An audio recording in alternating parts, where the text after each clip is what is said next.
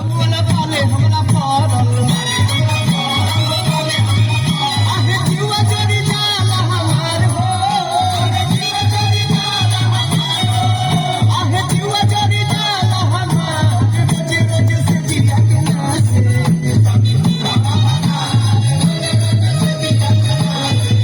सखी बूढ़ा बाबा रोज रोज से जिया के नासे